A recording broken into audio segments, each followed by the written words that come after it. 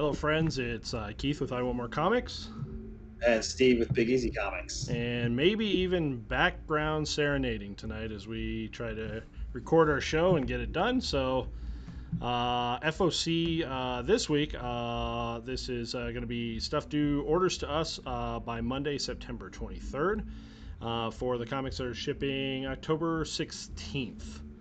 So, not a huge week, Steve. It's kind of, you and I both agree on that one, that there's some stuff that grabs the eye, but not everything in the world. Yeah, no, it's really small, and which is a nice change. The last couple were pretty big, and so everybody, I'm going to apologize to Keith for ruining his Saturday night, and because I have to leave town tomorrow morning, so I won't be able. I couldn't do this Sunday afternoon. Well, the only thing that throws that out is that you can't really ruin a Saturday night when you didn't have anything to do on a Saturday night. So we're just fine getting in here and getting this wrapped up. And I'm experimenting a little bit because you'll notice this little color behind the wall here and all this as we're starting to move into what we're calling Studio B. So I think by Wednesday's show we should be up in our new digs. Start rearranging everything here at the shop as we go through some major changes. Yeah, But no, you got to get better at keeping your cards close to your chest. about nothing to do. Yeah, Don't, don't tell me you didn't have anything planned. You've got to use hold that ship for later. Hey, fair is fair. I could have been at home working on my characters in video games, so we'll go that way. But Okay. kick us off here and talk about the mask. Yeah, absolutely. It's been a while since we've had a mask title, and so this one's going to be taking place a number of years in the future, where people are kind of barely remembering the past actions of the big head green face killer. So 4 issues, Mask. I pledge allegiance to the Mask, with art on the cover A from Patrick Reynolds, and cover B from one of somebody I'm a big fan of, Raphael Albuquerque. He always draws a fan base there with that. I've never read the mask stuff, and I thankfully can't even say that I've watched a movie with Jim Carrey in it, which is almost nothing to do with this. But everything that I've understood from the mask is that it's a darker comic than what people's mindset is about like the Jim Carrey stuff. Yeah, a bit darker. You should watch the movie, the first one anyway. The Okay. Jim Carrey. It's pretty good. It really is. I've it holds up too. I've watched it 3 or 4 times over the years. Didn't hate it. Didn't wasn't one of those like I'm gonna avoid that at all costs. Just never got around to it kind of thing. Right? So, Sure. No. but other things returning here. DC's bringing back Metal Men. Dan DiDio writing, and interior art is Michelle Dalecki, who's not somebody I could pinpoint something that she's done right away. But cover art of Shane Davis here on the A. And then your B cover here is Philip Tan, who seems to be getting a lot of cover work done for DC. He seems to be the guy who can deliver when anybody else is in a pinch. Like they can rely on him to get something done. But 12-part maxi series here on this to give a little bit more flavor for these characters. Oh, absolutely, and it's going to tie a little bit to the dark multiverse stuff too, right? Because you've got some liquid inf metal appearing, and it looks like it's come from the dark multiverse. So it'll pick up from there. Mark. Yeah, Mark #1. A lot of our customers are fans of Sonata, and this is the next book from Brian Haberlin. And he actually just recently got an advanced copy that I haven't had a chance to read yet. So I'll be reading that on Monday, and before we have to place these orders. But Sonata was big for us. I'm planning on ordering deep on this book and recommending it to a lot of customers. So cover A here, Brian Haberlin and J. Rod Van Dyke. Hopefully, I'm saying that one right. It's not someone familiar. And then I'm with you on it. Yeah, and then the same two are doing cover B as well. So which is real similar to Haberlin's other stuff. Haberlin is somebody who's very well versed with all parts of a comic. He can write, he can draw, likes a specific style to how he structures his books, and is somebody who's always at like Comics Pro meetings for us and is very active in that. So somebody who I appreciate quite a bit of what he does here. But this is a book about magic and tattoos. Is some of your best kind of quick pointers to whether this is going to fit for you or not. But I very much like you. I plan on stocking this. I think that it will carry over some fan base directly from Sonata and from people who trust in the writing style, and see where it grows from there. Absolute Carnage has a tie-in, a one-shot here called Absolute Carnage Avengers. This, of course, the guy who should probably draw every Carnage cover ever, Clayton Crane, really delivers. I've liked Clayton Crane stuff all the way back to X Force days, when he did the first Black Team with that stuff there. But Carnage has been great around our shop and so well received. No, that the whole Absolute Carnage storyline's been doing quite well. Customers picking up tie-ins and whatnot as well, not just the regular mini. And in this one shot, you've got the Avengers kind of going to this town in Colorado, actually, to stop Cletus Cassidy from taking over Doverton. So I've never been there to that town, by the way, so because I don't think it exists. But yeah, um, probably not. we'll see if they get some digs in for our world of pot legalities and things like that. We'll see. Next up, we have this is the big one of the week, right? X-Men #1 from Jonathan Hickman and Lionel Francis Yu, coming off the heels of House of Powers. Uh, yeah, looking forward to this. This is going to be about Cyclops and his handpicked team. So, um, this cover A from Lionel Yu, and then I'll let you pick these up. This is going to be your favorite, I know. Well, I have to say, like picking between a cover for this, there are three super strong ones for me. I like the A lot. Of course, I'm a fan because it's Wolverine and anybody with the relationship to the Summers on that whole team there, because it looks like he's even going to bring Vulcan into the whole thing. So that looks quite interesting. But Art Germ, this is going to be a popular cover. His style fits so well for Marvel Girl here. He can do this really impressive, sexy girl kind of thing without taking it too extreme and making it where your mother's gonna question why you're buying that cover kind of thing. We also have a Mark Cicchetto. So there's a Magneto here in the whites.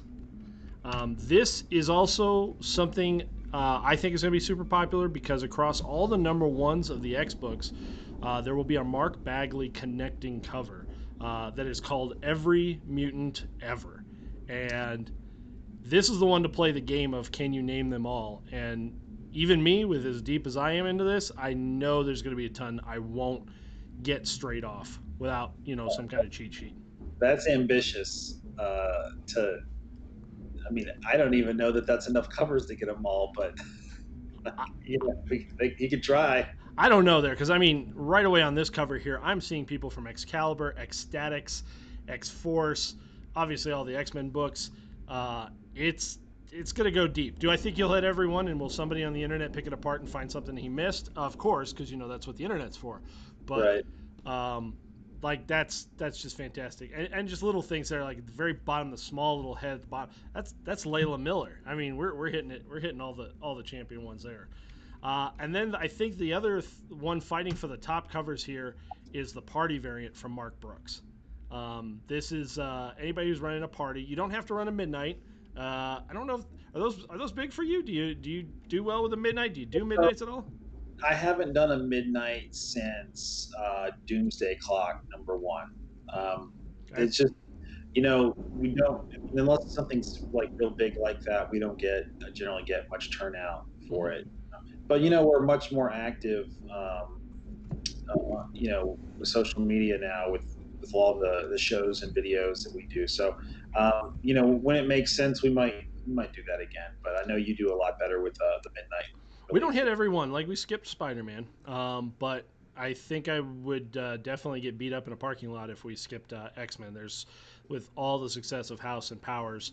There's going to be plenty of people who want to read this and feel like even getting a 10-hour head start is going to be well worth it there. So you don't have, like I said, don't have to do the midnight to get the party variants. You can just kind of get in on those.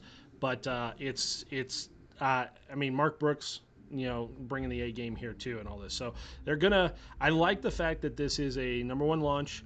There's not as many covers as say like Marvel Comics 1000 or Absolute Carnage. There's obviously some other higher ratio covers that we're not covering on this show because they're not available to everybody. But I I honestly get the opinion that Marvel really wants to let this book stand on the laurels of what it's going to be, instead of just trickery through making you buy a whole bunch of different covers. Well, yeah, to some extent, but I think some of it also is that there's so many new, uh, no pun intended, New Mutants titles that are uh, that are going to be coming out, and if they all have 5 covers, then we can't have one that has 20. You know, That's probably a good point. Now, past the number ones, we're into the variant scene. So, some of these are variants that just caught me or Steven's eye and says, "Oh, that's a little bit cooler." Lead off here with Aquaman 53, main cover here by Robson Rocha, and then Rafa Sandoval is getting you a little bit of a violent Arthur Curry here, but that one looks good. indeed it does. Batman 81. You've got um, That's going to Brian be JRJR. Yeah. and Klaus Janson Mm-hmm. just for the second issue in a row on cover A. And then you've got Francesco Mattina on the Year of the Villain variant cover. This is going to be highly anticipated because it's replaying Bane's famous scene there. So Oh, Matina giving you a little bit of fun with that one is pretty sweet. And then this was Batman Day when we're recording this and all this, and the new news out there that we know that Tinian's going to be taking over Batman at 86, and rumors are that he's going to be on for kind of like a shorter run and then set up for something big around 100. So we'll see what pans out through that. yeah. Harleen number 2 here. This is Stefan Sajic's writing and art through the whole thing. Black label, oversized. Obviously, a different take on the relationship and starting up of Harley's character here, getting, I guess, unhinged from the Joker kind of idea here. This one almost looks like a romantic cover if you don't know the story. And then the B cover here is a perfect, just night on the town kind of spree, her cutting loose Yeah, type cover there. So yeah, those are great. Justice League 34, Francis Manipul cover A, and the one I really dug was Matina's on Justice League right now for the B cover. mm-hmm. It's got a real good look there. It's funny because it's like kind of a background character, but the Batman always stands out for me when Oh, Matina does it. my eyes drew right to it. Yeah, great. Well, and this one's got a ton of covers, like most of the Dynamite Entertainment things that are coming out right now. But they're loading up on Powerhouse artists on the main covers here. So here's Art Germ coming back for number 4. We did see this cover in a preview mode as an incentive variant on number 3, but here it's the A, so that everybody can get their hands on this Art Germ art. Then we go into Gilliam March on your B cover, one of Sean's favorites, and I don't disagree with that. I like his Gotham City Siren stuff. Faye Dalton gives you a very classic feeling, 70s book Yeah, here. definitely feels like the old magazine right there. Yeah. This one struck me as a little weird because it's kind of obviously a play on your Superman type thing, but can't say that's Vampirella, what I think of when I think of Vampirella, but what the hey, it's Ergun Gundas did this for the D cover, and then they've also been including a cosplay cover where somebody has. That D cover is just. I'm not sure. It's like he did the art, and then he's like, let's throw a V there, and not and just because it doesn't look like it's patterned to match the No, it's kind of floating. thing there. Little weird there. Yeah. Captain America 15. Alex Ross is killing it. That's the story, and Captain America's been excellent.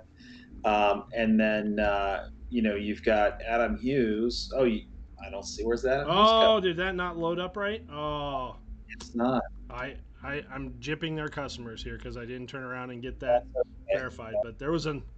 There's a pretty neat Adam Hughes cover for the Mary Jane variant for that one, which obviously Keith and I'll be ordering a bunch extra copies of Mhm, for those fans. mhm. And then we're actually wrapping up the show tonight here with Captain Marvel, number 11 here. Mark Brooks on the A cover, who just consistently. It's great between Captain America and Captain Marvel. You have this awesome artist on the A covers, and the B variants have to kind of like fight for some attention here. But this one does well. Torque, Elizabeth Torque doing your Mary Jane variant on this, and really nice stylizing to that. Good perspective. Yeah, no, I really like this one. It reminds me of some older Adam Hughes actually.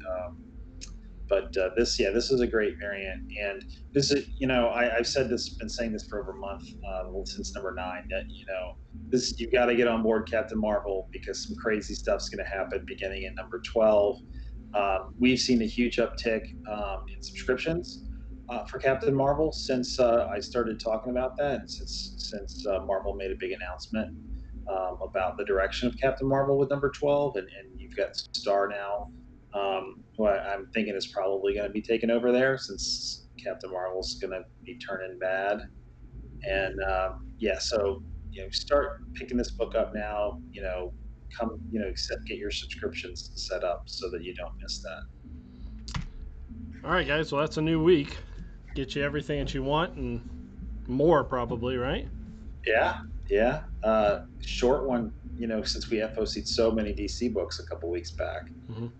it's going to be like hopefully like this for another week or two before it starts to get a little bit busier again. It's kind of nice Uh, to have some time. yeah, it is. It really is.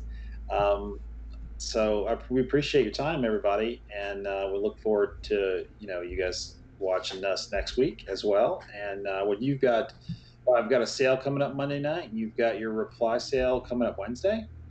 Yeah. Mm-hmm. Yeah. We'll have a reply on Thursday when after the whatever one on Wednesday night. The Yeah, I saw you started doing that. That's Yeah, I might have really stolen good. that idea from somebody here. I might have Yeah, seen a good idea. well, I mean, I just threw out a suggestion. I usually wait a little bit. Just I kind of recycle a handful, but this Monday, I think I'm going to be doing a few more than a handful from past live sales on Monday night. Well, guys, thanks for hanging out with us for another week, and we'll catch you again. Yep. Have a great one.